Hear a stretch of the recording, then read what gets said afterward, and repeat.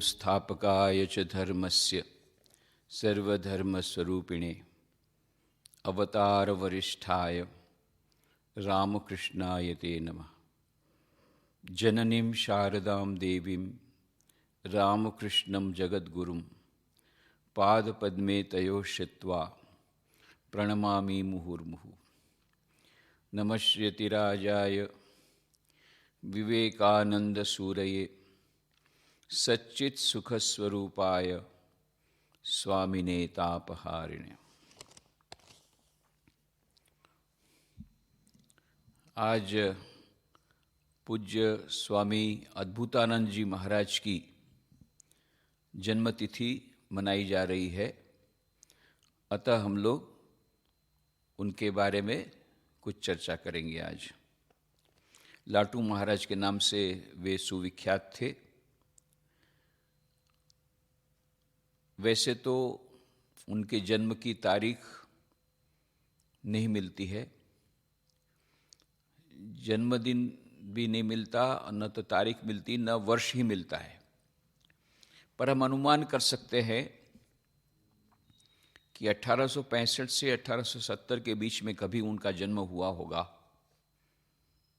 केवल अनुमान कर सकते हैं। और कौन सी तारीख तो पता नहीं है, पर जैसा हमने बताया कि रामकृष्ण देव के भगवान श्री रामकृष्ण देव के जो पार्षद हैं उनकी जन्मतिथि मनाई जाती है। उसमें से कुछ पार्षदों की जन्मतिथि जो हमें पता नहीं है, तो उसको या तो एकादशी को या पूर्णिमा को मनाते हैं। तो आज पूर्णिमा है, इसलिए आज की पूर्णिमा को यह पूज्य स्वामी अद्भुतानंद जी महाराज के जन्मतिथि के रूप में हम मनाते हैं। उनका जन्म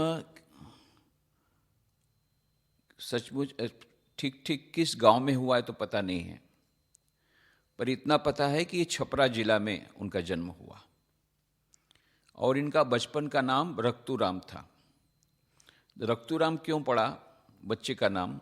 क्योंकि 5 वर्ष की उम्र में ही इनके माता पिता का देहांत हो गया। अत्यंत गरीब परिवार के थे, इतने गरीब थे कि खाने को नहीं मिलता था, और इसीलिए अत्यंत अल्प उम्र में ही उनके माता पिता चल बसे। अब इनकी देखभाल उनके चाचा करने लगे, और फिर ये चाचा उनकी भी अत्यंत दरिद्र स्थिति थी।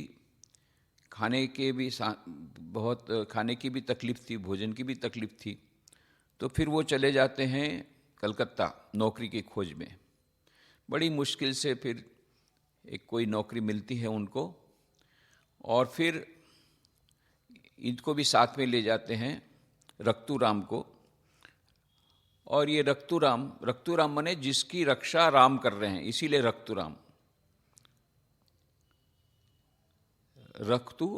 राम जिसको रखते हैं उसका नाम रक्तूराम हो गया। तो ये रक्तूराम को साथ में ले गए।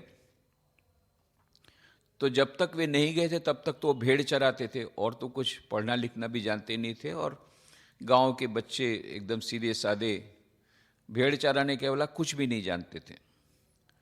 तो वहाँ पर कलकत्ता में गए, तो वहाँ पर ऐसा एक अद्भुत संयोग हुआ कि उनके एक मित्र रामचंद्र दत्त, जो कि श्री रामकृष्ण देव के भक्त थे, परम भक्त थे, उनके यहाँ पर वे काम करते थे।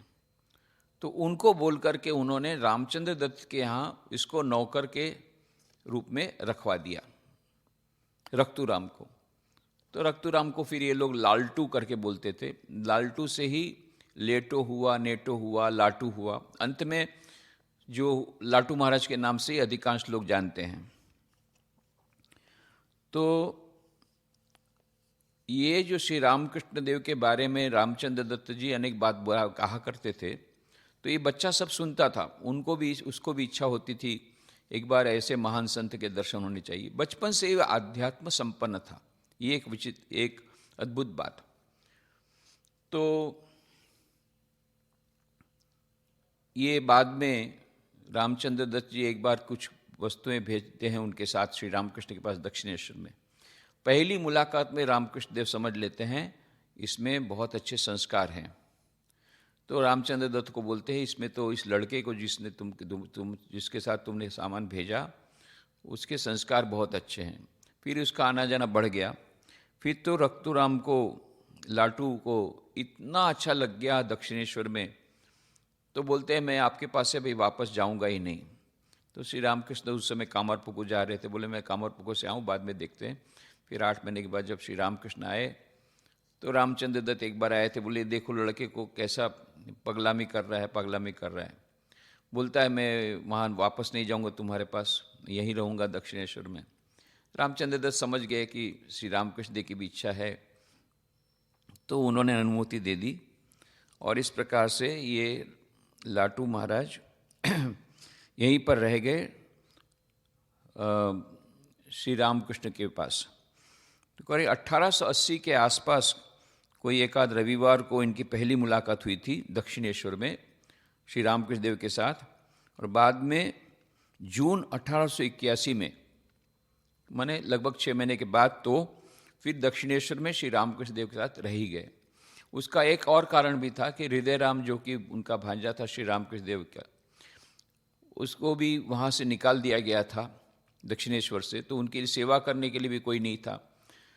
तो इस प्रकार से लाटू महाराज के वहाँ जाने से, लाटू के जाने से श्री रामकृष्ण को एक सेवक भी मिल गया। अब इन्होंने देखा श्री रामकृष्ण देव ने कि यहाँ पर तो मेरे पास तो बड़े बड़े लोग आते हैं, इनके साथ बातचीत करनी पड़ेगी, ये मेरा सेवक है, तो थोड़ा सा तो लिखना पढ़ना चाहिए। वैसे श्री रामकृष्ण भी तो कहाँ लिखे पढ़े थे, उन्होंने फॉर्मल एजुकेशन लिया नहीं था, फिर भी थोड़ा थोड़ा लिखना पढ़ना जानते थे। सुबाहु चरित्र जो उन्होंने लिखा है अपनी, बहुत ही सुंदर उनकी हैंडराइटिंग थी, बहुत ही सुंदर। वो सुबाहु चरित्र उनका खुद का लिखा हुआ अभी भी है, वहाँ पर रखा हुआ है संभाल करके शियड़ गांव में। तो इस थोड़ा लिखना पढ़ना ही भर जानते थे। फिर भी उन्होंने सोचा, लाटू को बोला, रे तू एकदम से गंवार रहेगा तो कैसे चलेगा, थोड़ा तो लिखना पढ़ना सीख। तो उसकी तो कोई रुचि नहीं थी लिखने पढ़ने। बोले मुझे बस आपके पास आनंद आता है, मैं बस भगवान का नाम लूँगा, आपके पास रहूँगा और आपका प्रसाद खाऊँगा। अरे अच्छा लड़का है, मेरा ही प्रसाद खाना चाहता है। बोले जो बच्चा खोजेगा, बच्चा खोचा रहेगा वही मैं खाऊँगा, मैं दूसरा कोई प्रसाद नहीं खाऊँगा। बोले अच्छा लड़का है, मेरा ही प्रसाद में भाग लेता है। तो इतना वो लाटू इतना अधिक घुल मिल गया श्री रामकृष्ण के बिना। और सुबह जब उठता तो अपनी आंखें बंद कर लेता, ठाकुर तुम कहाँ हो, ठाकुर तुम कहाँ हो। अरे मैं यहीं सामने हूँ। जब वो बोला सामने, तब वो अपने ख्वाब खोलता था। क्यों? उसने नियम लिया था कि सबसे पहले मैं श्री रामकृष्ण के दर्शन करूँगा। अब आँख खोल ले, दूसरे किसी के दर्शन हो जाए तो, इसलिए आँख जैसे ही नींद से उठे, आँख बंद करके बोलते थे, ठाकुर तुम कहाँ हो, ठाकुर तुम कहाँ हो। ठाकुर जब बोलेंगे मैं तेरे सामने हूँ, तब आँख खोलते थे। इतने अधिक वो श्री रामकृष्ण के अनुरक्त हो गए कि उनके बिना उनको बिल्कुल चलता नहीं था। और इस प्रकार से उनकी श्रद्धा उनके तरफ बढ़ती गई। अब श्री रामकृष्ण देव ने सोचा, अच्छा इसको पढ़ाना चाहिए। अब कोई पढ़ नहीं रहा है तो ठीक है, बोले मैं ही पढ़ाता हूँ। ठीक है चल, मैं ही तुझको पढ़ाता हूँ। तो पढ़ाना शुरू किया। तो उन्होंने कहा बोल क। तो लाटू महाराज तो बिहार के थे, तो उनका जैसा प्रोनाउंसिएशन, उन्होंने बोला का। फिर से बोला अरे का नहीं क। तो फिर लाटू महाराज ने कहा का। कितनी बार ये रामकृष्ण देव बोलते अरे क बोल, तो इन्होंने कहा का। रामकृष्ण देव, अरे तू क को का बोलेगा तो क में जब मात्रा लगेगी तब तू उसको क्या बोलेगा। तो आखिर तक वो क तक ही रहा। उसके बाद में जैसे प्रहलाद का भी क तक ही रहा, कृष्ण की याद आ जाती थी तो आगे पढ़ नहीं पाया, इसे ये भी क तक ही रहा। फिर रामकृष्ण देव ने कहा जा, तेरे को पढ़ने लिखने की आवश्यकता नहीं है, तू जैसा है वैसे ही रह।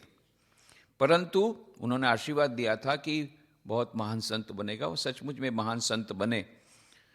और ये मानो उन्होंने एक डिमॉन्स्ट्रेशन मॉडल रखा, जिस प्रकार से स्वामी विवेकानंद एक मॉडल है कि अत्यंत विद्वान, ये भी आध्यात्मिकता में उच्चतम और विद्वता में उच्चतम, पर जो विद्वान नहीं है, हमारे संसार का ज्ञान जिसके पास नहीं है, हम जिसको शिक्षित बोलते हैं, ऐसा शिक्षित नहीं होने के बाद भी निरक्षर रहते हुए भी कोई आध्यात्मिकता की उच्चतम चोटी पर पहुंच सकता है, इसका डिमॉन्स्ट्रेशन मॉडल है लाटू महाराज। ये श्री रामकृष्ण देव ने मानो कार्य किया। फिर बाद में तो श्री रामकृष्ण का एक बार ऐसा हुआ कि श्री राम देख रहे हैं संध्या में लाटू महाराज कुछ थोड़ा सा सो रहे थे, उनको झपकी आ गई थी। तो श्री रामकृष्ण ने उनको डांटा, किस प्रकार से उनको शिक्षा देते थे। अरे ये भगवान का नाम लेने का समय है, ये सुनहरा समय है नाम लेने का, और उस समय तू सो रहा है। देख ये जो संध्या है, रात है, आधी रात है, ये सब ईश्वर को स्मरण करने का सुनहरा वह समय रहता है। उस समय मन एकदम शांत रहता है, उसको गंवाना नहीं चाहिए नींद में। बस लाटू महाराज ने उसी दिन संकल्प किया, मैं कभी रात को सोऊंगा नहीं। और सचमुच में बाद में पूरे जीवन भर कभी रात को नहीं सोए, पूरी रात जगे रहते थे, ध्यान करते थे, मंत्र का जाप करते थे। हाँ, दिन के समय में थोड़ा सा सो लेते थे, पर रात को कभी नहीं। एक ही बात श्री राम के देखिए, कैसा शिष्य, कैसा गुरु, कैसा चेला। गुरु भी कितने महान की उनको किस प्रकार से शिक्षा देते हैं, किस प्रकार से उसको मोल्ड करते हैं, और किस प्रकार से चेला भी उनका अनुगत है। एक बार जो बोल दिया तो बस उन्होंने उसको पकड़ लिया। इसीलिए स्वामी शारदानंद जी बोलते थे, देखो हम लोग तो गीता में श्लोक पढ़ते हैं ना, भगवद गीता में, या निशा सर्वभूतानाम यस्याम जागृति संयमी, या निशा सर्वभूतानाम तस्याम जागृति संयमी, यस्याम जागृति भूतानि सा निशा पश्यतो मुनेः। बोले जो योगी रहते हैं वो जब सोते हैं तो भोगी लोग जागते हैं, जब भोगी लोग जागते हैं तो योगी सोते हैं। हालांकि वो एक अलग कॉन्टेक्स्ट में कहा गया, पर लाटू महाराज के इसमें तो एकदम लिटरली ट्रू हुआ कि वो रात को जगते थे, जब संसार के लोग सोते थे वो जगते थे। तो स्वामी शारदानंद जी बोलते इसने तो गीता के श्लोक को एकदम चरितार्थ कर दिया। फिर श्री रामकृष्ण का जब उनको गले में कैंसर हुआ तो पहले श्यामपुकुर में, और बाद में 11 दिसंबर 1885 को उनको काशीपुर उद्यान बाटी में लाया गया। तो वहाँ भी उन्होंने बहुत सेवा की। ये पूरा आप श्री रामकृष्ण के जीवन में आप देखेंगे, उनके जीवन चरित्र को जब पढ़ते हैं तो लगता है कितना स्वामी विवेकानंद, नरेंद्रनाथ, राखाल, ब्रह्मानंद जी, लाटू महाराज, ये सभी ने किस प्रकार से श्री रामकृष्ण की अद्भुत सेवा की। तो श्री रामकृष्ण देव की अद्भुत सेवा की। उसके बाद में श्री रामकृष्ण देव की महासमाधि हुई 16 अगस्त 1886 को। फिर श्री माँ शारदा देवी के साथ, श्री माँ शारदा देवी के साथ उनका अनोखा संबंध था, क्योंकि उम्र में बहुत छोटे थे। तो माँ शारदा तो बहुत अत्यंत लज्जाशीला थी, किसी पुरुष को देख भी नहीं सकती थी, न कोई पुरुष उनको देख सकता था, बहुत बड़ा घूंघट लगाती थी। इधर माँ शारदा देवी नौबत खाने में इतना सारा काम उनको करना पड़ता था। इधर लाटू महाराज तो उस समय बहुत कम उम्र, वो वहाँ पर गंगा के किनारे ध्यान कर रहे थे। तो रामकृष्ण देव ने कहा, अरे लाटू, तू जिसका ध्यान कर रहा है वो वहाँ पर रोटी बेलने के लिए कोई मनुष्य, उसको कोई आदमी नहीं मिल रहा है, जा जा माँ की पहले सेवा कर, फिर माँ का ध्यान करना। तो फिर लाटू महाराज तब से जाना शुरू किया। और माँ शारदा देवी भी छोटा बच्चा है, इसलिए उनसे फिर वो उनको आने देती थी उनके साथ।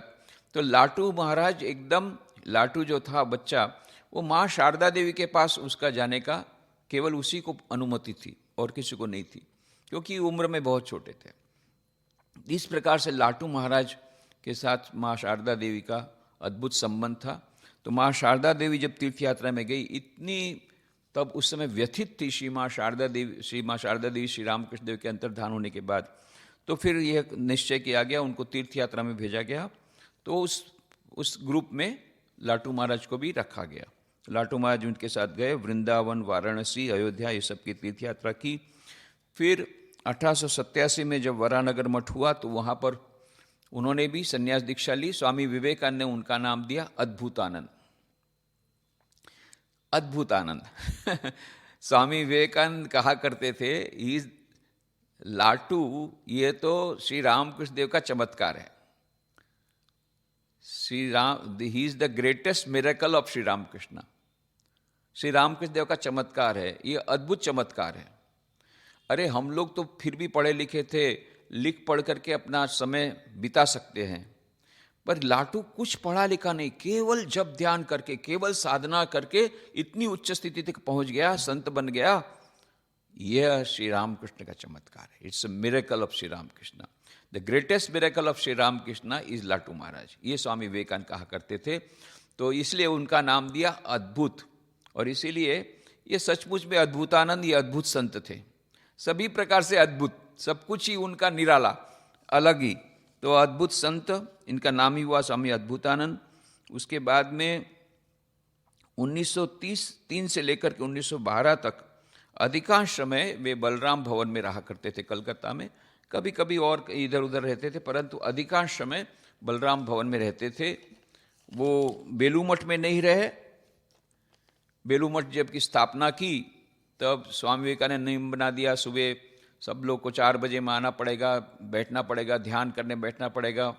जो सुबह ध्यान करने नहीं आएगा उसको फिर भिक्षा के लिए, माधुकरी के लिए जाना पड़ेगा। उसको बेलू मठ से फिर ना कुछ मिलेगा नहीं खाने पीने का, बाहर जा कर के उसको भिक्षा करके लाना पड़ेगा। तो एक बार देखा लाटू महाराज अपना गठरी वठरी लेकर के बेलू मठ से बाहर जा रहे हैं। स्वामी विवेकानंद, अरे लाटू कहाँ जा रहा है? बोले भाई तुम यहाँ विदेश से आए हो, नया नया सब नियम किया है। अब मेरा मन तो ऐसा मशीन के समान नहीं है कि ऐसा बोलने से फिर ध्यान में बैठ गया, ऐसा बोलने से फिर खाने बैठ गया। मेरे से ये सब तुम्हारा नियम वियम पालन नहीं होगा, मैं चला। फिर स्वामी विवेकानंद ने कहा अच्छा जा, तेरे को नियम पालन नहीं करना पड़ेगा, तू रह। फिर भी ज़्यादा तो नहीं रह पाए।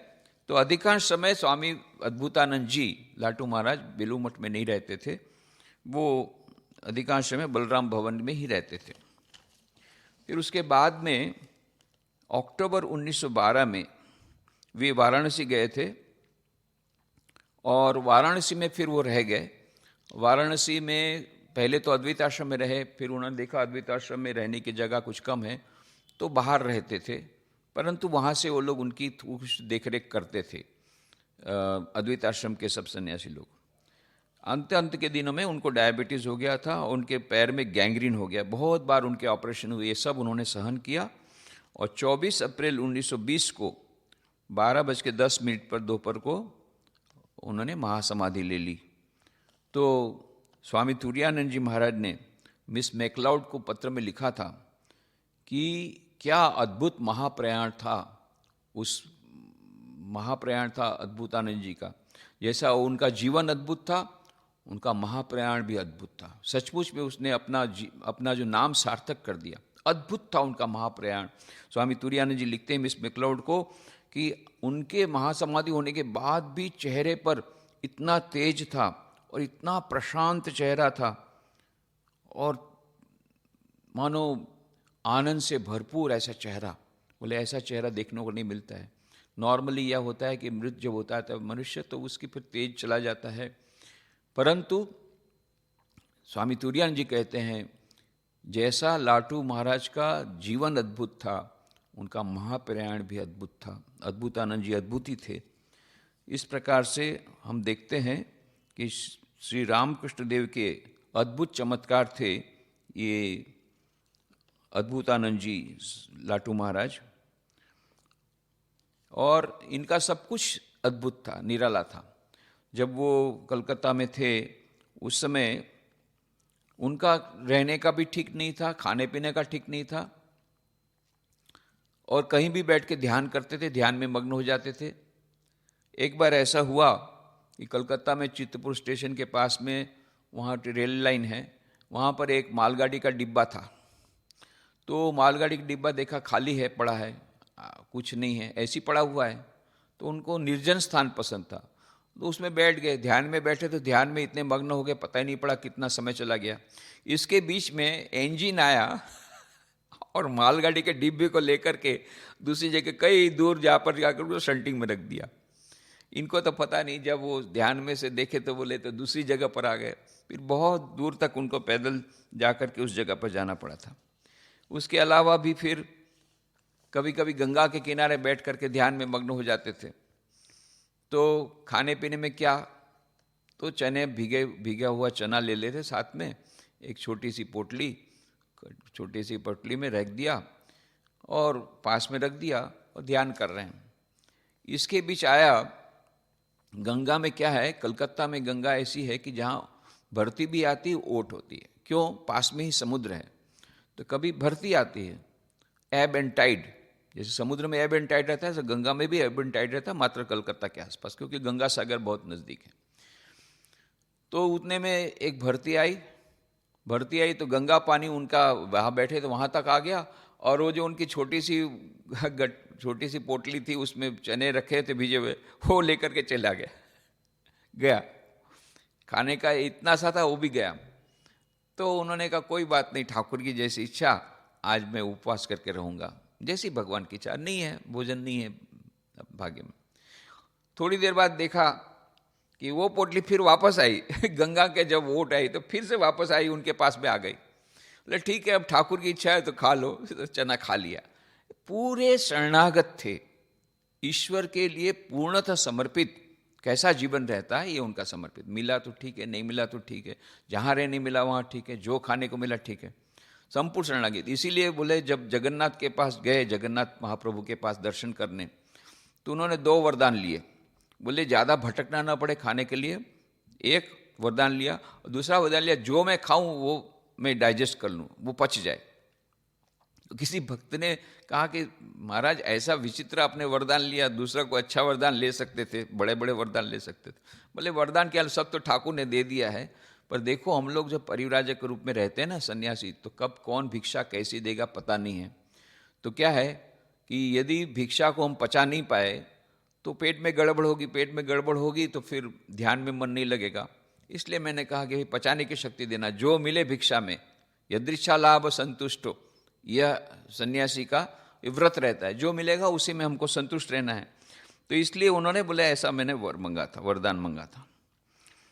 और उन्होंने श्री रामकृष्ण देव के पास जो शिक्षा ग्रहण की थी उसको बार बार दोहराते थे। लाटू महाराज की वो तो ज़्यादा करके सब लोग बंगला में उनके साथ बात करते थे। खेतड़ी में जब गए थे तब हिंदी में बात की खेतड़ी के महाराज से। खेतड़ी के महाराज तो बहुत प्रसन्न हो गए, चलो एक सन्यासी तो मिला जो ठीक ठीक हिंदी में बात करता है, तो बहुत प्रसन्न हो गए थे। पर स्वामी विवेकानंद को चिंता हुई कि बाद में इनको पता पड़ेगा तो एकदम गंवार है, बिल्कुल पढ़ना लिखना तो मुश्किल होगी। और एक बार सचमुच में खेतड़ी के महाराजा ग्लोव लेकर के आए, लाटू महाराज समझाने लगे, तब स्वामी जी ने तुरंत उसको सब्जेक्ट को बदल दिया, कि उनको पता था कि लाटू महाराज को तो ये सब पता नहीं है। पर लाटू महाराज की हिंदी से प्रभावित हुए थे खेतड़ी के महाराजा, परंतु कलकत्ता वगैरह में रहते थे तो लाटू महाराज तो बंगला में बात करते थे। उनकी बंगला विशिष्ट प्रकार की बंगला थी, हिंदी बंगला मिश्रित, बहुत मजा आता था सुनने में, उस प्रकार से बंगला थी। तो उन्होंने अपनी जो कुछ भी उनसे श्री रामकृष्ण के पास शिक्षा ग्रहण की थी उसको वे इस प्रकार से बार बार कहा करते। ये मानो उनके मूल मंत्र हो गए थे उनके जीवन के, और उनके जीवन में उन्होंने उसको अपना भी लिया, और सब लोग को यही मूल मंत्र बोलते थे जो उन्होंने श्री रामकृष्ण देव से ग्रहण किया। क्या चार बातें श्री रामकृष्ण कहते थे, वो उन्होंने बांध ली अपने साथ। एक, योग में जगे रहना, मतलब हमेशा भगवान का नाम लेना। सोते समय उन्हें पुकारना, काम के बीच में उन्हें पकड़ते रहना, सदा उनकी सेवा में लगे रहना। ये मानो उनके लिए एक मूल मंत्र जैसे हो गए थे। और एक बार कहते थे, छोटी छोटी बातों में भक्तों को बहुत सारे वो शिक्षा प्रदान कर सकते थे, जैसे कि उनको उपदेश, जो स्वामी रामकृष्ण देव ने कहा था वो अद्भुतानंद ही हो गए। इतने महान संत हो गए कि बड़ी बड़ी समस्याएं लेकर के सब लोग आते थे, उसको भी समाधान करते थे। एक बार एक भक्त ने दूर से प्रणाम किया तो स्वामी अद्भुतानंद महाराज ने हंसते हुए कहा, अरे क्या कुल्हाड़ी प्रणाम कर रहे हो क्या? तो भक्त ने कहा, महाराज ये कुल्हाड़ी प्रणाम क्या होता है? अरे बोले जानते नहीं हो, लोग जब पेड़ काटते हैं ना तो ऐसा कुल्हाड़ी ऐसा पकड़ते हैं, ऐसा पकड़ करके ऐसा मारते हैं, तो ऐसा कुछ लोग ऐसे रहते हैं, ऐसा करके प्रणाम करते हैं, मानो कुल्हाड़ी मार रहे हो। ये कुल्हाड़ी मारना ठीक नहीं है। बोले या तो प्रणाम मत करो, प्रणाम करो तो श्रद्धापूर्वक प्रणाम करो। तो बोले मालूम है गिरीश बाबू क्या कहते थे? गिरीश चंद्र घोष, सुप्रसिद्ध नाटककार, कवि बंगाल के। तो उन्होंने कहा था श्री रामकृष्ण देव तो इस बार जो राम थे, जो कृष्ण थे, इस बार आए रामकृष्ण के रूप में, पर उनके पास तो अस्त्र कुछ नहीं है। बोले नहीं, उनके पास भी अस्त्र है, रामचंद्र जी के पास धनुष बाण है, कृष्ण भगवान के पास सुदर्शन चक्र है, तो रामकृष्ण देव के पास भी अस्त्र है। कौन सा अस्त्र है? प्रणाम अस्त्र लेकर के आए थे। इस प्रकार की घटना फिर लाटू महाराज बताते थे कि इस प्रकार से श्री रामकृष्ण देव के पास जब गिरीश घोष आए तो इसी प्रकार कुल्हाड़ी प्रणाम किया, कुल्हाड़ी प्रणाम। तो श्री रामकृष्ण देव ने क्या किया? उन्होंने सिर झुकाकर प्रणाम किया। अब गिरीश घोष को लगा इतने बड़े संत सिर झुकाकर प्रणाम कर रहे हैं, तो उन्होंने सिर झुकाया। तो श्री रामकृष्ण ने कमर झुका करके प्रणाम किया। तो गिरीश घोष को भी क्या करना पड़े, इतने बड़े महात्मा, तो उन्होंने भी कमर झुककर प्रणाम किया। फिर उसके बाद में गिरीश घोष ने कहा, ये तो प्रणाम अस्त्र के द्वारा उन्होंने मुझे संत में परिवर्तित कर दिया। तो भीतर का अहंकार सब निकाल डाला। अहंकार श्री रामकृष्ण देव यह और कुछ नहीं है। नमस्कार कैसे भी करो, भीतर में श्री रामकृष्ण देव समझ लेते थे भीतर में अहंकार है, इसलिए कुल्हाड़ी प्रणाम। प्रणाम करने में भीतर में श्रद्धा नहीं है, तो इसलिए कुल्हाड़ी प्रणाम करते हैं लोग। ये समझ गए थे, इसलिए गिरीश घोष का अहंकार दूर करने के लिए उनको प्रणाम करना सिखाया। उसी प्रकार से लाटू महाराज भी यही बात बोलते थे कि कुल्हाड़ी प्रणाम मत करो। दूसरी बात, लाटू महाराज का खुद का भी अहंकार, वो भी श्री रामकृष्ण देव ने कैसे निकाला? अद्भुत। इस श्री रामकृष्ण देव अद्भुत गुरु थे, किस प्रकार से शिष्य को तैयार करते थे। एक बार ऐसा हुआ कि दक्षिणेश्वर में कोई आए थे भक्त, अब कुछ थोड़ी सी गलती हुई होगी, लाटू महाराज अत्यंत स्पष्ट वक्ता थे, बहुत स्पष्ट वक्ता और सरल थे, जो है मुंह से बोल देते, कभी मन में कुछ नहीं रखते थे। पर कभी कभी ये स्पष्ट वक्तापन उनका बहुत कटु हो जाता था, लोग उसको पसंद नहीं करते थे। पर वो तो जैसा उनका संस्कार था, उनके संस्कार में यही था कि कुछ छुपाना नहीं, जो है मन में वही बोलना।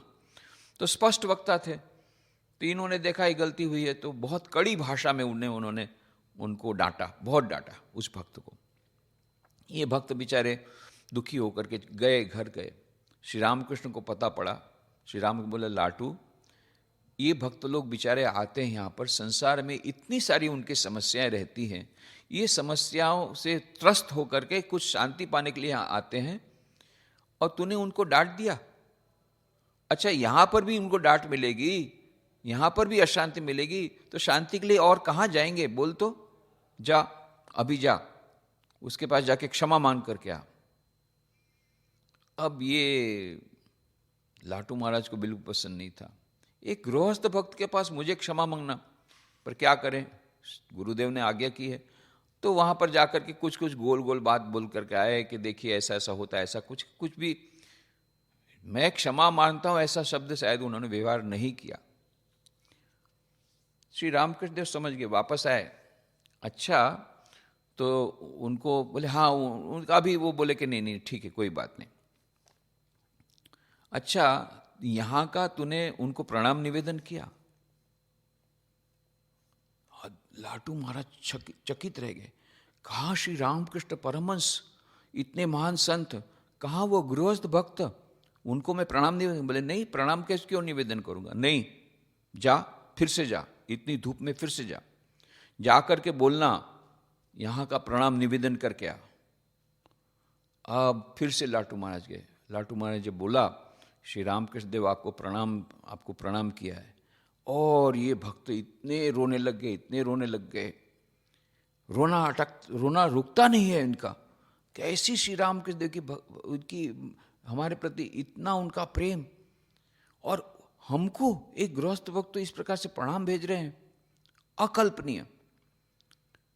इस प्रकार इनको रोते देख करके लाटू महाराज समझ गए कितने महान भक्त हैं, कि श्री रामकृष्ण देव के प्रति उनकी कैसी भक्ति होगी, तब तो इतना रोए हैं। तब उनको समझ गए क्यों श्री रामकृष्ण देव ने उनको भेजा, उनका खुद का अहंकार दूर करने के लिए भेजा। फिर वो भी रोए, और बाद में इनका जो बचा खुचा अहंकार भी श्री रामकृष्ण देव ने इस प्रकार निकाल दिया। तो इस प्रकार से श्री रामकृष्ण देव अद्भुत शिक्षक थे, अद्भुत गुरु थे, और ये अद्भुतानंद जी भी अद्भुत शिष्य थे। उनकी तो बहुत बड़ी सारी बातें हैं, कई पुस्तकें प्रकाशित हुई हैं स्वामी अद्भुतानंद जी महाराज की, इंग्लिश में, हिंदी में, गुजराती में तो भक्तमालिका में ही आपको जो मिलेगा, दूसरी किताबें भी प्रकाशित होगी, परंतु हिंदी में एक बहुत अच्छी किताब है अद्भुत संत अद्भुतानंद, हिंदी में प्रकाशित है। ये भी आपको मिल सकती है हमारे बुक स्टॉल में। सभी रामकृष्ण मठ मिशन जितने भी बुक स्टॉल मिलेगी हमारे यहाँ, ये ईमेल से भी ऑर्डर दे आ सकते हैं आजकल। फिर इंग्लिश में तो बहुत अच्छी अच्छी किताबें प्रकाशित हुई, अद्भुतानंद जी महाराज अद्भुत संत थे वे, तो उनकी बहुत किताबें, उसको आप पढ़ लीजिए, काफ़ी कुछ जानने का है, उनके जीवन से बहुत सीखने को है। अंतिम बात, जो कितने महान संत हो गए थे उसकी एक बात की, एक बार एक भक्त ने कहा कि महाराज उपाय क्या है? बोले मंत्र का जाप करो। जो गुरुदेव ने कहा मंत्र का जाप करो।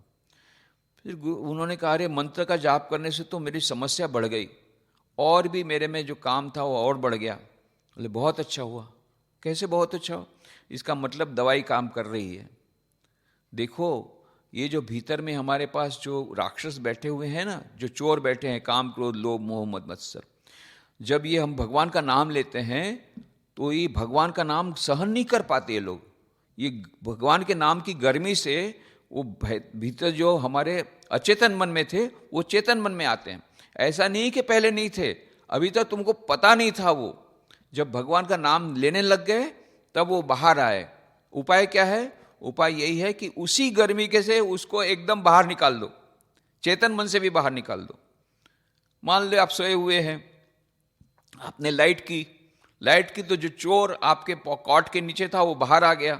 अब उपाय क्या है? आप लाइट बंद कर फिर सो जाओ, फिर चोर आपका गला काट करके चोरी करके चला जाएगा। और नहीं, दूसरा उपाय है कि फिर उसको दरवाजे के बाहर निकालो, बाहर दरवाजा बंद कर दो, उसके बाद सो। यही उपाय है। लाइट बंद करना उपाय नहीं है। जो भगवान का नाम लेना बंद नहीं करना है। भगवान का नाम जिस लाइट के द्वारा ये पता पड़ा कि चोर है, उसी लाइट को चालू रखना है। जिस भगवान का नाम लेने से ये चोर अचेतन मन से चेतन मन में आए, अभी वो मंत्र का जाप चालू रखना है। उस गर्मी से यह जो वार होगा, उसके वो जो गर्मी जो होगी भगवान के नाम की गर्मी से, the heat of the same name will finally drive them out. वो एकदम बाहर निकल जाएंगे मन से। तो उपाय है, जप करते रहो, जप करते रहो, जप करते रहो। धीरे धीरे धीरे ये सब पहले लगेगा कि अरे तो नहीं थे आए, कहीं से बाहर से नहीं आए, अचेतन मन में थे, हमको पता नहीं था। अब चेतन मन में आ गया, हमको पता पड़ा। तो करना क्या है? उसी मंत्र के जाप को चालू रखना है। जिस गर्मी से अचेतन मन से चेतन मन में आए, उसी गर्मी से चेतन मन से एकदम बाहर निकल जाएंगे, और तब जाकर के हमारे आध्यात्मिक कल्याण। कितना अद्भुत वो, कितने अद्भुत संत, कितना अद्भुत वो उपदेश, कितने अधिक उन्होंने आध्यात्मिक जीवन में कितने आगे बढ़े होंगे, तब इस प्रकार से लोगों की, साधकों की गहन समस्याओं का समाधान सरल भाव से कर सकते थे। ऐसे अद्भुत संत थे स्वामी अद्भुतानंद जी। अंतिम बात, स्वामी विवेकानंद जी उनको प्लेटो कह के बुलाते थे। कैसे हुआ कि जब कश्मीर में गए थे स्वामी विवेकानंद जी के साथ, अद्भुतानंद जी को साथ में ले गए। बोले ये तो हमेशा दूर दूर रहता है, तो उसको साथ में ले गए कश्मीर में।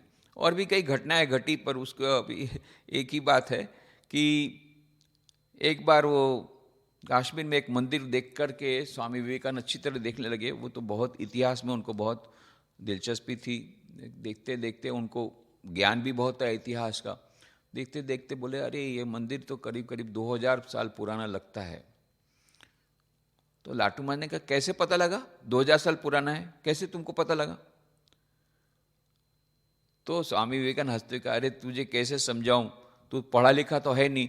तू पढ़ा लिखा रहता तो मैं तुझे समझाता कि क्यों मैं 2000 साल बोल रहा हूं। लाटू महाराज ने क्या कहा, ओ हो, आप तो, तुम तो इतने सारे पढ़े लिखे हो कि मेरे समान गवार को भी समझा नहीं सकते हो। वाह रे वाह तुम्हारी पढ़ाई।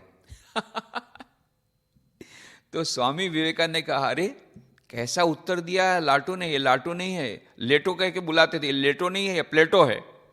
देखो प्लेटो के समान आर्गुमेंट कर सकता है, प्लेटो के समान वो वाद विवाद भी कर सकता है, प्लेटो के समान वो बुद्धि भी तीक्ष्ण है। लगता है गवार है पर है तीक्ष्ण बुद्धि, इस प्रकार से वाद विवाद में हरा देता है। तो इसलिए प्लेटो कहा करते थे स्वामी विवेकानंद लाटू महाराज को, लेटो को लेटो से प्लेटो कर दिया था। अब जिस जगह पर अभी यहाँ पर छपरा में अभी रामकृष्ण आश्रम जो हुआ है उसकी बहुत ही दिलचस्प कहानी है, वो अत्यंत संक्षेप में कहेंगे। बात ऐसी है कि जब मैं रांची में था तो 10 साल रांची में था ट्राइबल डेवलपमेंट प्रोजेक्ट में, तो वहाँ से फिर पटना जाना पड़ता था हमारी ज़मीन के काम के लिए, सचिवालय। उस समय बिहार में था, रांची, झारखंड नहीं था। तो उसी प्रकार एक बार गया था काम से, तो डाइनिंग हॉल में, रामकृष्ण आश्रम जो पटना में है, वहाँ डाइनिंग हॉल में मुलाकात हुई डॉक्टर केदारनाथ लाभ से। डॉक्टर केदारनाथ लाभ ने फिर बताया, अपनी इस स्टोरी बताई कि एक बार इस प्रकार से वो ध्यान कक्ष में बैठे थे, उनको ऐसा कुछ आभास हुआ कि स्वामी विवेकानंद जी उनसे कुछ बोल रहे हैं कि एक पत्रिका शुरू करो। तो उनको लगा कि ये मन का आभास है। तो 2-3 बार ऐसा हुआ, मानो स्वामी विवेकानंद उनको बोल रहे हैं एक हिंदी में मासिक पत्रिका, वो भी मंथली, शुरू करो। फिर उन्होंने अपने मित्रों से बातचीत की, मित्रों ने बहुत हंसी मजाक में उड़ा दिया, अरे बिहार में कोई धार्मिक पत्रिका चलेगी? फिल्म मैगजीन नहीं चलता, धार्मिक पत्रिका यहाँ लिखने पढ़ने का तो है ही नहीं, तो पत्रिका कैसे चलेगी तुम्हारी? तो उन्होंने विचार तो छोड़ दिया, पर बहुत बेचैनी होने लगी, किसी प्रकार से बेचैनी जा नहीं रही। तब बैठ गए, पहले अंक का, पहले इशू का एडिटर लिखने लग गए, बैठ गए। कब वो प्रकाशित होगा पता नहीं। जैसे उन्होंने संपादकीय लिखा, एकदम अद्भुत शांति उनको मिली। तब समझ गए, हाँ, स्वामी विवेकानंद मुझसे ये मंथली मैगजीन शुरू करवाना चाहते हैं। फिर उसके बाद में कुछ उधार रुपया लेकर के थोड़ा मैगजीन निकाला, और फिर आए पटना आश्रम में। वहाँ पर वेदांतानंद जी महाराज थे, उनको बोला कि इस प्रकार से मैंने मंथली शुरू किया है, विवेक शिखा। पहले तो विवेक दीप था 2 महीने तक, बाद में रजिस्ट्रेशन के समय देखा कि उस नाम की पत्रिका दूसरी है, बंगाल से निकलती है, तो उसका नाम फिर विवेक शिखा किया। तो वेदांतानंद जी ने बहुत उनको डांटा, अरे हम लोग रामकृष्ण मिशन में भी उस समय तो विवेक ज्योति भी त्रैमासिक पत्रिका थी, हम लोग पाक्षिक पत्रिका नहीं निकाल रहे हिंदी में, और तुमने इतना बड़ा दुस्साहस किया, कौन इसको लेगा? बोले क्या करूं, पर मुझे बेचैनी जा नहीं रही थी, इसलिए मुझे करना पड़ा। तो कुछ बोले मैं मेंबर कहाँ से बनाऊंगा, थोड़ा सा इश्यू रख के जाओ, हम कुछ भक्तों को देंगे, ऐसे गिफ्ट में देंगे, हम आश्रम से तुमको खरीद लेते हैं। ऐसा करके थोड़ा थोड़ा करके वो खरीदते थे, थोड़ा दूसरे भी। तो मुझे भी उन्होंने कहा कि आप भी थोड़ा देखिए, तो फिर मैंने भी प्रयत्न किया कुछ सब्सक्राइबर बनाने का। फिर हमारे स्वामी जी थे, इंचार्ज स्वामी जी को बताया रांची में। तो रांची में हम लोगों ने उस समय 54 थे, अभी तो 74 हो गई, विवेकानंद सेवा संघ। तो हर एक विवेका संघ का बोले एक का एड्रेस आप हम दे दिया उनको, और उसका रुपया हमने रामकृष्ण आश्रम रांची की तरफ से भर दिया। ऐसा करके कुछ भक्तों को हम बोलते थे, भाई थोड़ा सा आप भी मेंबर बन जाओ, ऐसा करके हम लोग करते थे। अब ऐसा हुआ अद्भुत संयोग कि मैं गया था वहाँ बेलू मठ में, स्वामी रंगनाथन जी महाराज से बात हो रही थी। स्वामी रंगनाथन जी महाराज बहुत घंटों तक उनको खड़े होकर के लेक्चर देना पड़ता था, कई लेक्चर देने पड़ते थे। इसलिए वो जब भी उनकी आदत थी कि जब कमरे में रहेंगे अधिकांश समय वो लेटे रहेंगे, ताकि पैर को थोड़ी सी तकलीफ कम हो, और लेटे लेटे बात करते थे। तो लेटे लेटे बात कर रहे थे, मैंने कहा महाराज को, महाराज इस प्रकार से ये छपरा नाम, यहाँ पर डॉक्टर केदारनाथ लाभ हैं, हिंदी के प्रोफेसर हैं, उनको स्वामी विवेकानंद ने प्रेरणा दी, तो उन्होंने एक मैगजीन शुरू किया है विवेक शिखा। तो उसमें यदि आप थोड़ा सा, आपके पास तो बहुत सारे कॉन्टैक्ट हैं, तो उसका कुछ सब्सक्राइबर के लिए यदि आप हम मदद कर सके तो उसके लिए it will be great thing for him, बहुत अच्छा रहेगा। वो छपरा में रहते हैं। छपरा, जैसे ही मैंने नाम बोला छपरा, महाराज लेटे हुए थे, एकदम बैठ गए कॉट पर। What, Chhapra, birth place of Latu Maharaj? You tell him to immediately contact me, I want to start an ashram in the birth place of Latu Maharaj, आदमी अद्भुतानंद जी। अब मैं गया था विवेक शिखा के लिए, वो तो दूसरी गाड़ी दूसरी तरफ टर्न कर दी उन्होंने। फिर मैंने डॉक्टर केदारनाथ लाभ को बोला, डॉक्टर केदारनाथ लाभ उनको मिले और उनको फ़ोन किया। उसके बाद में फ़ोन में उनका यूसी कि जल्दी से आश्रम शुरू करो वहाँ पर। बोले महाराज हमारे पास कुछ आश्रम कैसे करूँगा? नहीं, I don't want to listen, start करो, स्टार्ट। वो बेचारे बोले ये मैगजीन के लिए इतना आप कहना पड़ना है। उस समय तो वो प्रोफेसर थे, रिटायर नहीं हुए थे तब तक, तो प्रोफेसर गिरी करें, उसका काम करें, ये मैगजीन का काम करें, नया काम आ गया। मैगजीन का काम पूरा नहीं हो रहा था, खुद एडिट करते थे, खुद कलेक्शन करते थे, खुद ट्रांसलेट करते थे, खुद प्रकाशित करते थे, खुद प्रिंट करते थे, खुद डिस्पैच करते थे। अभी नया काम आया मैगजीन, पर महाराज ने छोड़ा नहीं। फिर उसके बाद में ऐसा आज ही फिर मेरे साथ बहुत लंबी बातचीत हुई टेलीफोन में, बहुत लंबी बातचीत हुई डॉक्टर केदारनाथ लाभ से। अनफॉर्चुनेटली अभी वो पैरालिसिस उनको हुआ है करीब 8-10 साल से, तो बिछाने पर है, बिछाने पर सोए से भी लिखना पढ़ना उनका जारी है। तो मैंने लंबी बातचीत की उनसे, बहुत लंबी बातचीत हुई, तब उन्होंने बताया, तो कुछ कुछ तो मुझे पता था कि उन्होंने फिर एक IAS ऑफिसर थे आभास चटर्जी, उनके साथ मेरी भी मुलाकात हुई थी। बाद में वो रेवेन्यू के बड़े ऑफिसर हुए बिहार गवर्नमेंट में, पर वो शायद डिस्ट्रिक्ट मजिस्ट्रेट थे छपरा में, और ये उनका ट्रेनिंग प्रोग्राम में आए हुए थे। स्वामी रंगनाथ में IAS ऑफिसर्स को संबोधित करते थे। तो आभास चटर्जी को पता पड़ा कि वो डिस्ट्रिक्ट मजिस्ट्रेट हैं वहाँ के छपरा के, तो उन्होंने कहा, अरे तुम छपरा के हो, डॉक्टर केदारनाथ लाभ को जानते हो? बोले नहीं जानता। अरे what, you don't know doctor Labh is a great man, is bringing out magazine, you contact him. तो उल्टा हुआ ये जब गए वापस डिस्ट्रिक्ट मजिस्ट्रेट, इन्होंने डॉक्टर लाभ को कॉन्टेक्ट किया। डॉक्टर लाभ बोले, भाई क्या बात है, कलेक्टर हमको बुला रहा है, डिस्ट्रिक्ट मजिस्ट्रेट, कुछ प्रॉब्लम है क्या? तो उन्होंने कहा, अरे आपने हमारे को बोला ही नहीं कि आप ऐसा ऐसा काम कर रहे हैं, आपने थोड़ा प्राइवेट आश्रम शुरू किया है और आपको ज़मीन चाहिए, आप बोलते तो हम ही दे देते। बोले हमको तो पता नहीं, हम सोचे कि इतने छोटे से काम के लिए आपके पास कैसे आए। नहीं नहीं नहीं बोले। फिर बहुत सुंदर ज़मीन, राजा की ज़मीन थी वो, तो वो ज़मीन उन्होंने दिलवाई सिविल लाइन्स में, कलेक्टर के डिस्ट्रिक्ट मजिस्ट्रेट बंगले के ठीक पास में, बहुत ही सुंदर, करीब 2 एकड़ ज़मीन 30 साल की लीज पे 1 रुपये टोकन रेंट पर उन्होंने दिलवाई। स्वामी रंगनाथ महाराज के कहने से ये सब हुआ। ये रंगनाथ महाराज का देखिए, लाटू महाराज के प्रति, स्वामी अद्भुतानंद जी महाराज के प्रति, रामकृष्ण देव के अंतरंग शिष्यों के प्रति कितनी भक्ति, कितनी श्रद्धा, लेना न देना। वो तो इतने सारे खुद व्यस्त हैं, कितने सारे कार्यक्रम करते हैं, कितने सारे लेक्चर देते रहते हैं, इसके बीच में भी बीच बीच में फ़ोन करते हैं डॉक्टर लाभ को, क्या हुआ, प्राइवेट आश्रम का क्या हुआ। लाटू महाराज की जब छपरा में एक आश्रम होना ही चाहिए, तो ये उनकी संकल्प उन्होंने लिया था। तो बाद में फिर ये ज़मीन भी मिल गई। फिर उन्होंने खुद ने डोनेशन कलेक्ट करके, डॉक्टर लाभ बोले कि यहाँ बिहार में डोनेशन कलेक्ट करना बहुत मुश्किल है, मेरे को आता भी नहीं। बोले don't worry about money, Thakur will give you money but you go on working. उन्होंने डॉक्टर लाभ को कहा, don't worry, you go on working, Thakur will give you the money. और फिर उन्होंने खुद ने बहुत सारा डोनेशन कलेक्ट करके विद इन फ्यू मंथ्स उन्होंने डोनेशन दिया, और 1-2 साल में तो आश्रम शुरू हो गया। 11 अप्रैल 1992 रामनवमी के दिन वो प्राइवेट आश्रम वो शुरू हो गया। और उसके पीछे की भी एक बात है, प्राइवेट आश्रम उन्होंने शुरू किया था रामकृष्ण आश्रम के नाम से। तो रामकृष्ण आश्रम शुरू किया, उन्होंने कहा नहीं नहीं नहीं, नाम बदल दो, रामकृष्ण अद्भुतानंद आश्रम रखो। तो उन्होंने कहा, महाराज ये तो बहुत लंबा नाम हो जाएगा। बोले you don't understand, afterwards you will understand, the name has got an impact, it is connected with Chhapra and Chhapra is connected with Adbhutananda, so there must be Adbhutananda name. तो फिर रामकृष्ण अद्भुतानंद आश्रम वो रखा गया, प्राइवेट आश्रम था।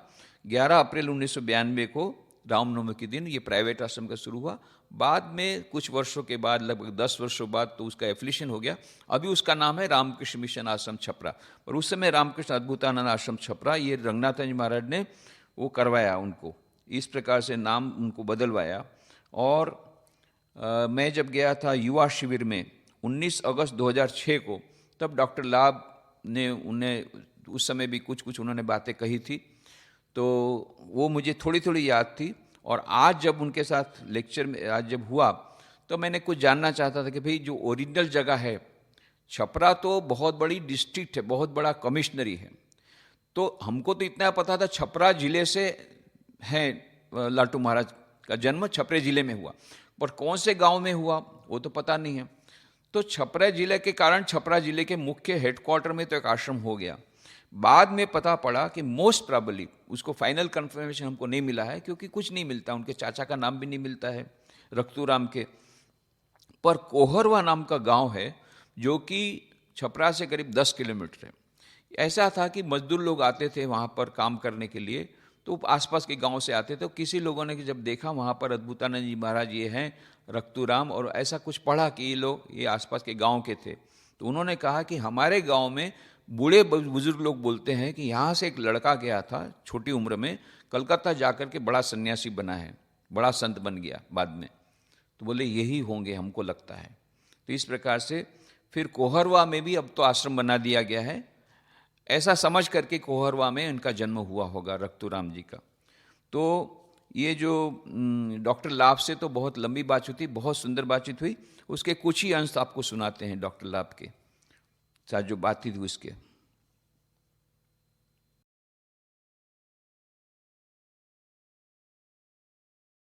एक आश्रम बनना चाहिए, वेदांतम जी ने कहा। हाँ तो हम लोगों ने रामकृष्ण आश्रम करके नाम लगाया उसमें। हाँ ये रंगनाथन जी महाराज ने डर के नहीं ये आप तुम उसका नाम रखो रामकृष्ण अद्भुतानंद आश्रम। तो अच्छा हमने कहा हमारा बहुत लंबा नाम हो जाएगा। Don't bother for length of, you do not know the importance of this name, यही उन्होंने लिखा था मुझे लेटर में। अच्छा यू क्या डू लिखा? नॉट नो द, हाँ, you will see in future the impact of this name, अच्छा लेट इट बी लॉन्ग। हाँ, तो तब हमने इसका नाम रामकृष्ण अद्भुता, बड़ा लंबा नाम हो गया था, हाँ, लेकिन हाँ। रामकृष्ण अद्भुतानंद आश्रम नाम रखा गया। रंगनाथन जी के कहने से अद्भुतानंद जोड़ा गया, उन्हीं के कहने से।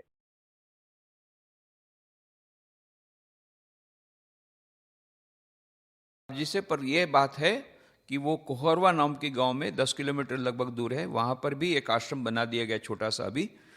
और ये अद्भुता रामकृष्ण अद्भुतानंद आश्रम की जो कहानी वो भी अद्भुत है और स्वामी अद्भुतानंद जी का जीवन भी अद्भुत है, उनका महाप्रयाण भी अद्भुत, उनके उपदेश भी अद्भुत। तो यह अद्भुतानंद जी की अद्भुत कथा आज कहते हैं और अद्भुतानंद जी महाराज के चरणों में प्रणाम करते हैं कि आपने एक मानो अपने जीवन के द्वारा बता दिया कि ईश्वर की कृपा प्राप्त करने के लिए शरणागति और ईश्वर का नाम लेना यही सर्वश्रेष्ठ उपाय है। तो हम उनके चरणों में प्रणाम करके ये प्रार्थना करते हैं कि उनके आशीर्वाद हम सब पर बरसें और हम भी उन्होंने जो कहा था शरणागति का मार्ग लेकर के, ईश्वर का नाम लेकर के अपने मनुष्य जीवन को सफल कर सकें, ऐसी उनके चरणों में प्रार्थना करते हुए समापन करते हैं। ओम शांति शांति शांति। हरि ओम तत्सत। श्री राम कृष्णार्पणमस्तु।